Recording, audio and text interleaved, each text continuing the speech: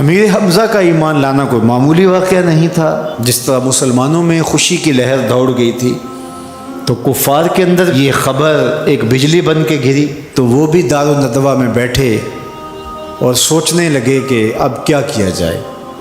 آج ایک حمزہ بن عبد المطلب گئے ہیں، کل کوئی اور چلا جائے گا تو یہ تو طاقتور ہو جائیں گے۔ عمر بن خطاب مجلس میں موجود تھے، کہا تم قصہ چھوڑو، یہ کام میرے ذمہ رہا، میں بانی اسلام کی زندگی کا چراغ ہی بجھا دیتا ہوں۔ روز روز کا قصہ ہی تمام ہوتا ہے، تلوار حمائل کی اور ارادہ قتل سے گھر سے نکلتے ہیں، تقدیر ہنس کے کچھ اور ہی بول رہی ہے۔ سودا لینے کے لیے بازار گئے، سودا لینے کے لیے بازار گئے، ہاتھ اس کے بکے جس کے خریدار گئے۔ تلوار حمائل کی ہے، بانی اسلام کی زندگی کا چراغ بجھانے کی آرزو ہے، گھر سے نکلتے 22 سال کی عمر ہے، جوانی ہے، بانکپن ہے، چہرے پہ جلال ہے، خطاب کا جری جواں بیٹا ہے۔ راستے میں ایک صاحب ملے، دیکھا اور کہا کہ کیا تیور ہیں اور ارادے کدھر کے ہیں؟ کہا چراغ اسلام بجھانے جا رہا ہوں۔ کہا اس کی روشنی تو تمہارے گھر میں بھی پہنچ گئی ہے۔ پوچھا کیا ماجرا ہے؟ کہا تمہاری بہن فاطمہ بنت خطاب اور تمہارے بہنوئی سعید وہ بھی اس آقا کے غلام بن گئے۔ بس غصے میں بہن کے گھر پہنچتے ہیں اور دروازے کو دستک دیتے ہیں۔ اندر قاری قرآن ان کو قرآن سکھا رہا ہے۔ اہل خانہ سمجھے عمر آئے ہیں اور تیور بھی اچھے نہیں ہیں، قاری کو کہیں گوشے میں چھپا دیا اور دروازہ کھولا۔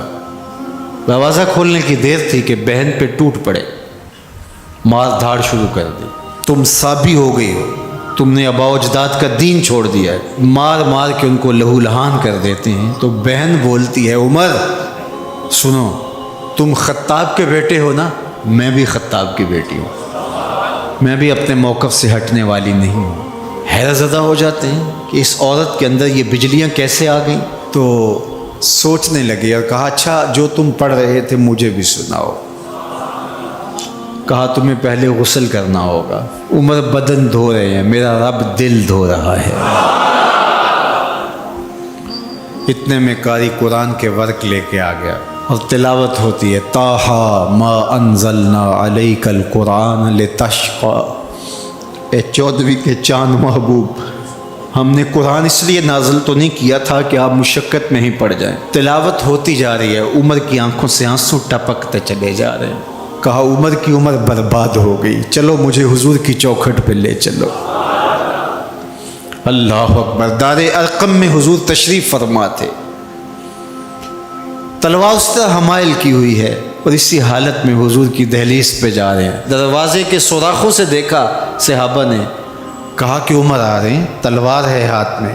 تو حضرت امیر حمزہ نے کہا گھبرانے کی ضرورت نہیں ہے، اگر ارادہ خیر سے آ رہے ہیں استقبال کریں گے، خوش آمدید کہیں گے، بٹھائیں گے، عزت دیں گے، اور اگر ارادہ اچھا نہیں ہے تو اسی کی تلوار سے اس کا سر کاٹیں گے۔ دروازہ کھلتا ہے، عمر حضور کے سامنے آ کے بیٹھتے ہیں اور میرے حضور کہتے ہیں عمر ابھی وہ وقت نہیں آیا کہ تم اسلام لے آؤ، اور یہی وقت تھا عمر کے اسلام لانے کا۔ حضرت عمر کلمہ پڑھتے ہیں اشہد ان لا الہ الا اللہ وحدہ لا شریک لہ واشہد ان محمدا عبدہ ورسولہ۔ جو ہی عمر کی زبان سے کلمے کی صدا سنتے ہیں صحابہ، اتنے زور سے اللہ اکبر بے ساختگی میں کہتے ہیں مکے کی گلیاں گونج اٹھتی ہیں۔ اللہ اکبر۔ اب ایمان لانے کے بعد جناب عمر حضور سے پوچھتے ہیں کہ حضور ہم حق پہ نہیں ہیں؟ فرمایا ہم حق پہ ہیں، اللہ کا دین سچا نہیں ہے؟ کہا اللہ کا دین سچا ہے۔ کہا کہ آپ اللہ کے سچے رسول ہیں؟ فرمایا ہاں میں اللہ کا سچا رسول ہوں۔ تو کہا پھر ہم چھپ کے نمازیں کیوں پڑھیں؟ ہمیں صحن حرم میں جانا ہوگا۔ مسلمانوں کی 2 صفیں بنتی ہیں، 20 افراد کی، ایک صف کی قیادت حضرت عمر کرتے ہیں، ایک صف کے آگے حضرت امیر حمزہ چلتے ہیں، درمیان میں میرے حضور ہیں، اور صحن حرم میں پہنچ کے رب کی نماز ادا کی جاتی ہے۔ حضرت عبداللہ ابن مسعود رضی اللہ تعالیٰ عنہ فرماتے ہیں عمر کا اسلام لانا مسلمانوں کے لیے عزت کا سبب بنا، وقار کی علامت بن گیا۔